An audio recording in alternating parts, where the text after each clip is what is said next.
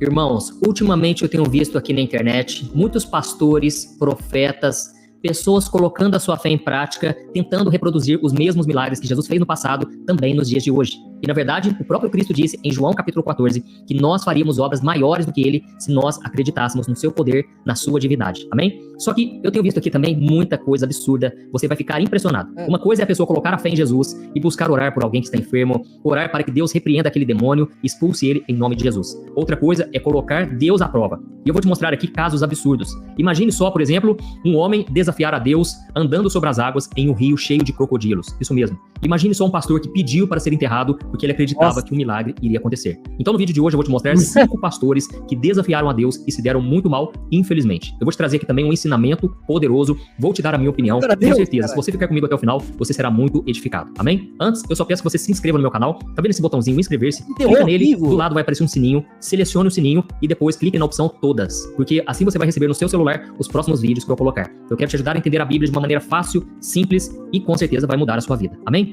Então, vamos lá, irmãos. Olha, infelizmente, muitas pessoas têm colocado a sua fé em prática de uma maneira errada. E a Bíblia diz em Deuteronômio 6, o versículo 16, que nós não devemos tentar a Deus. Então, o primeiro pastor que desafiou a Deus foi o James Sakala, um jovem de 22 anos da Zion Church, que pediu para ser enterrado vivo porque ele acreditava que no terceiro dia Deus o ressuscitaria. Não, dá uma olhada nesse vídeo aí enquanto eu tô falando com você. Velho. É o seguinte, como vários milagres já tinham acontecido na igreja dele, através dele, Deus talvez usou ele, não dá para saber, os fiéis concordaram em enterrar aquele homem para que ele ressuscitasse. Só que tem um detalhe, irmãos, o homem não estava morto como Jesus estava, entendeu? Ele estava vivo, eu não sei o que passou na cabeça dele, e ele queria ressuscitar. Então ele imaginou, eu preciso ser enterrado. Mano. Vai observando aí. 3 dias depois, os membros da igreja foram até a cova onde James estava sepultado e quando eles foram desenterrá-lo, encontraram aquele homem sem vida, com o corpo revirado e todo sujo de sangue. Ou seja, enquanto ele estava lá debaixo da terra, ele se deu conta do erro que ele cometeu. Ele lutou muito para sair daquele lugar, mas aí já era tarde, ele acabou morrendo asfixiado, infelizmente. Irmãos, quando Jesus esteve aqui na terra, ele veio para morrer por nós na cruz, ele foi castigado, ele sofreu muito. Que idiota, pra que isso, velho? Pra provar que ele era Jesus, ele era o Messias? Aí então... Vai lá no ponto zero brincar. E ele ressuscitou 3 dias depois. Mas Jesus não venceu a morte só pra mostrar o quanto ele era poderoso. Jesus falou, Deus, caraca, sério mesmo, vou ter mesmo que ir. Puta. O cara tava... Então, caralho. Tá bom então, porra. Meu Deus do céu, obrigado. Não tem nada disso. Jesus fez isso para nos libertar do pecado. Ele fez isso para nos dar a chance da vida eterna. Se nós nos arrependermos de nossos pecados, renunciarmos à nossa vida de pecado e crermos em Cristo, nós vamos ressuscitar junto com ele. Amém? Porque hoje Cristo está vivo. Então ele tem poder para nos dar a vida eterna também. Então, na minha opinião, irmãos, o que eu acho que esse pastor fez foi tentar mostrar que ele era superior às pessoas, que ele era um homem muito espiritual, mas ele acabou se dando mal. E um outro ponto importante é que ele queria ressuscitar em 3 dias. Só que a Bíblia deixa claro que ao homem é permitido morrer uma só vez. É claro que na Bíblia existem alguns personagens, né, como Lázaro, a filha de Jairo, que eles até foram ressuscitados por Jesus, mas esses casos eram para mostrar para todo mundo que Cristo era o Messias, o enviado de Deus, entendeu? O segundo pastor que desafiou a Deus e acabou se dando muito mal, infelizmente, foi um homem chamado Jonathan. Ele era da igreja do Zimbábue e a igreja se chama... Também é foda, né? Pra provar que eu sou filho de Deus, vou quebrar todas as regras dele. E sai metendo louco lá, né? E aí ferrou, né? O que dá quando você sai dos pilares da estrutura? A morte, né? Aí você dá de cara consigo mesmo. Tá, você só é Deus porque você criou de onde se observar com a limitação de quem não é. E beleza, ainda bem que ele fez isso primeiro, que a consciência teria que passar por isso, né? E aí, essa morte dele estruturou o mundo inteiro. Israel, tendo negado, na verdade, jogou a melhor pedra no inferno, que derrubou os deuses do mundo inteiro e fez o cristianismo, que protege Israel, embora eles neguem Cristo até hoje, são salvos, protegidos por esse sacrifício, por essa audácia, por esse Sherlock Lucifer, né? Por essa... Cristo estava unindo aquele ponto de Adão, o eu mortal dele, de um lado, e o eu divino do outro. A volta, né? O vermelho e o azul no violeta. Então, dentro de Cristo, ele tinha aquela audácia de Adão que quis fazer, quis ser. Ele era aquele Adão vivo ali.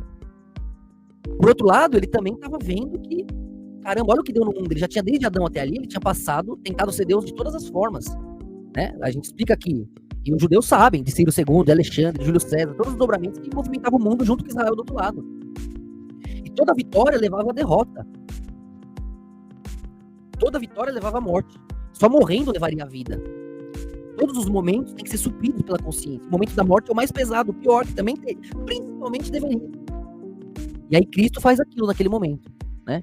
Então ele tinha aquele lado rebelde, que era o lado de Israel que estava ali, desde Adão veio ali, aquele povo era aquilo. Eram os fariseus ali que depois escreveram o Talmud. Olha as coisas que eles faziam, pensavam, diziam. Onde eles não iam parar se o melhor deles não fosse na frente? Ecoando aquela audácia toda de uma maneira pura, com boas intenções. É o que Cristo fez.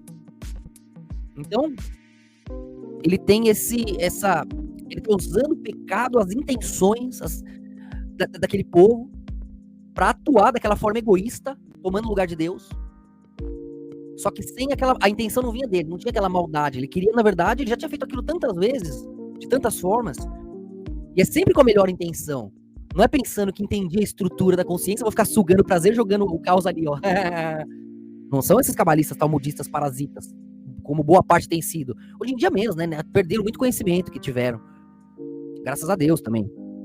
Mas Deus usa o seu conhecimento, a sua força, para poder salvar, estruturar, amparar a limitação da ignorância, para poder reciclar as coisas. Eles não. Eles posicionam a ignorância para poder aproveitar o prazer. Isso aí dá na morte, né? Eles pensam que não vai dar no pi negativo. Não, é só jogar ali mais números, é só manter a estrutura de forma artificial, que os números não sabem. Só sabem quem observa que manda. Só que tudo que é observado está reunido. Todas as cores se reúnem numa única observação. Todas as intenções dependem das intenções alheias.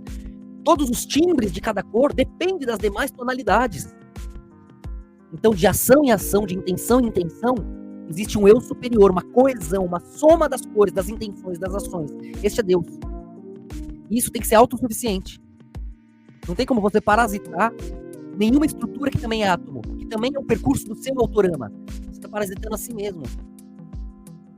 Então é nessa entrega, que quando você se entrega por eles, você salva a si mesmo também. E foi isso que Cristo fez.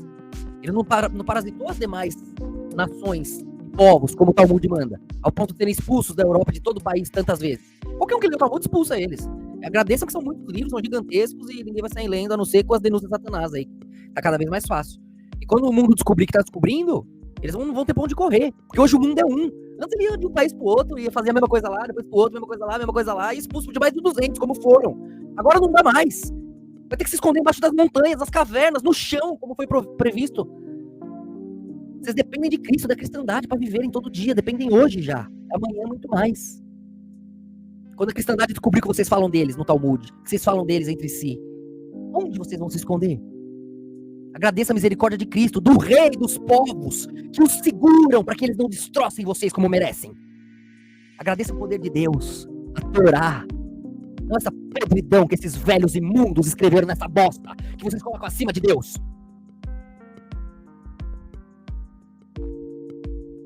The Last Days, ou seja, os últimos dias. E ele decidiu repetir aquele momento em que Jesus caminhou sobre as águas. Foi uma atitude de fé. E o que ele fez? Uma semana antes, ele decidiu jejuar para realizar esse milagre, e quando chegou o grande dia, ele decidiu atravessar o Crocodile River, que é um rio que tem muitos crocodilos gigantes.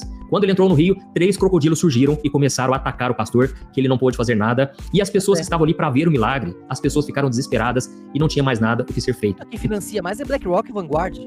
Todos de Israel, caramba. E Soros, Rothschild, de Israel, sócios anônimos da Reserva Federal Americana, de lá.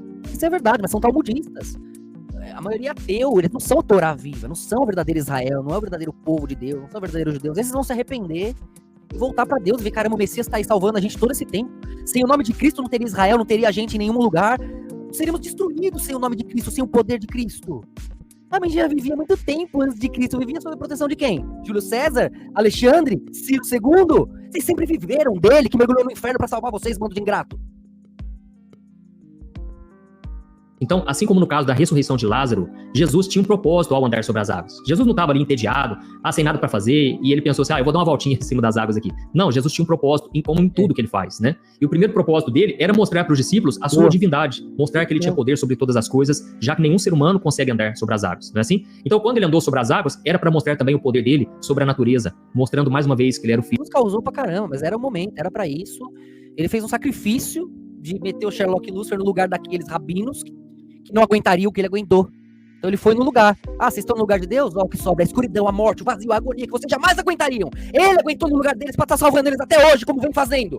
E mesmo assim eles negam porque são os ingratos de merda. Só respeitam a dor e o medo, nunca o amor e a honra. Como talvez todos nós. E é isso que nos une nele, no único.